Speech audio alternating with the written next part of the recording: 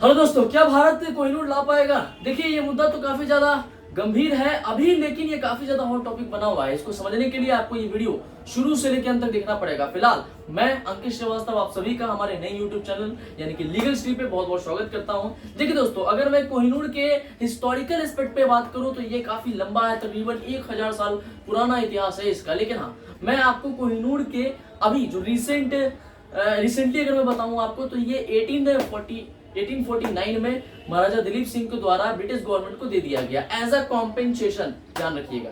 देखिए, वहां पे ऐसा क्यों हुआ? क्योंकि 1839 में ध्यान रखिएगा, महाराजा रणजीत सिंह की मृत्यु हो गई और उसके बाद 10 साल के बाद किसी न किसी तरीके से ब्रिटिश गवर्नमेंट ने पूरे जो सिख टेरिटरी थी उसको भी अपने अधीन ले लिया। तो ये तो बात हो गई भाई उसके हिस्टोरिकल एस्पेक्ट की। लेकिन अगर हम अभी हम बात करें तो हम ये आपको ये पता भी होगा कि साल 2016 में सुप्रीम कोर्ट में एक एफिडेविट फाइल किया गया मिनिस्ट्री ऑफ कल्चर के द्वारा कि भाई कोहिनूर हमारा है, इसके लिए हम क्या कर सकते हैं।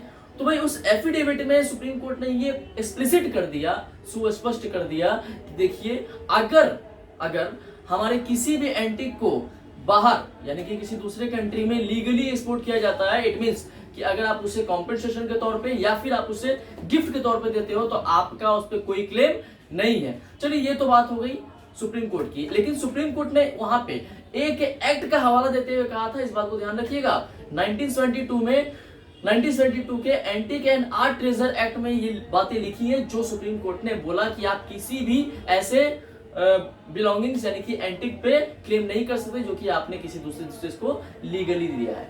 चलिए, ये तो बात हो गई यहां तक की। अब हम बात करेंगे कि क्या मिनिस्ट्री ऑफ कल्चर अभी शांत बैठी है? नहीं, मई 2023 में ही उसकी एक स्टैंडिंग कमेटी का गठन किया गया और उसके स्टैंडिंग कमेटी में ये बताया गया, उसमें डिस्कशन चल रहे हैं कि भाई किस तरीके से हम अपने कोहिनूर को क्लेम करेंगे। देखिए, स्टैंडिंग कमेटी क्या होती है आप में से काफी लोग जानते होंगे, जो लोग नहीं जानते जान लीजिए। देखिए, कैबिनेट कमेटी जो होती है, कैबिनेट जो कि काउंसिल ऑफ मिनिस्टर के 10 से 20 मिनिस्टर को मिला करके बनता है, यानी कि प्राइम मिनिस्टर के कुछ मुख्य सलाहकारों का ग्रुप है ना।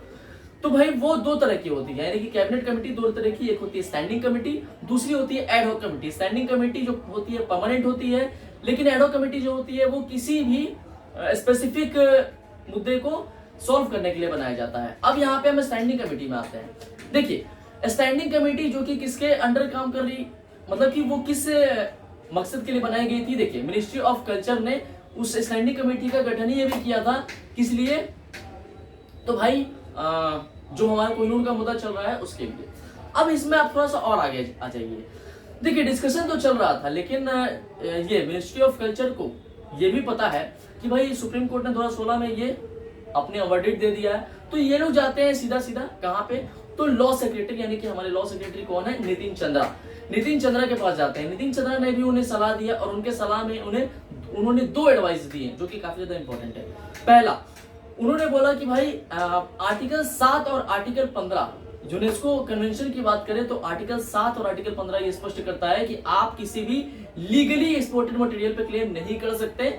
चलिए, ये तो पहला एडवाइस हो गया। दूसरा, उन्होंने ये भी बताया कि अगर आप डिप्लोमेसी के तहत यानी कि वर्ल्ड डिप्लोमेसी के तहत अगर आप जाना चाहो और ब्रिटिश गवर्नमेंट से ये गुहार लगाओ कि हाँ भाई ये हमारा है, इसे हमें दे दो। सो let me tell you one thing, India is all set for the repatriation claim and it includes tiger of Mysore, यानी कि जो हमारे टीपू सुल्तान है उनका मैकेनिकल टाइगर, यानी कि उन्होंने एक टॉय बनवाया था, मैकेनिकल टॉय जो कि टाइगर था। ठीक है। दूसरे में मैं बताऊं आपको तो तैमूर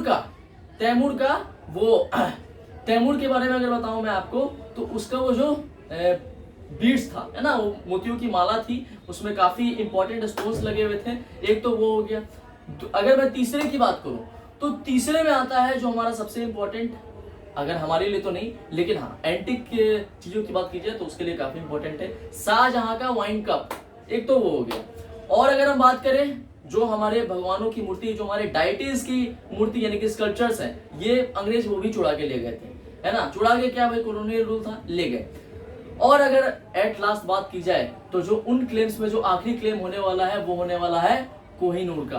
तो दोस्तों, आपको क्या लगता है कि हमारी भारतीय सरकार, हमारा भारत सरकार उसको वापस से ला पाएगा कि नहीं ला पाएगा? इतना मैंने आपको बताया, इससे तो आप समझ ही गए होंगे कि भाई जब चिंगारी लग गई है धुआं उठ गया है तो आग भी लगेगी, और आग लगे यही हम सभी भारतवासियों की कामना है। तो फिलहाल इसी के साथ मैं अपने टॉपिक को एंड करना चाहता हूं, और फिर मिलूंगा मैं आपसे एक नेक्स्ट वीडियो में जिसमें हम कुछ और भी डिस्कशंस करेंगे। चलिए फिलहाल अभी के लिए इतना ही। Thank you.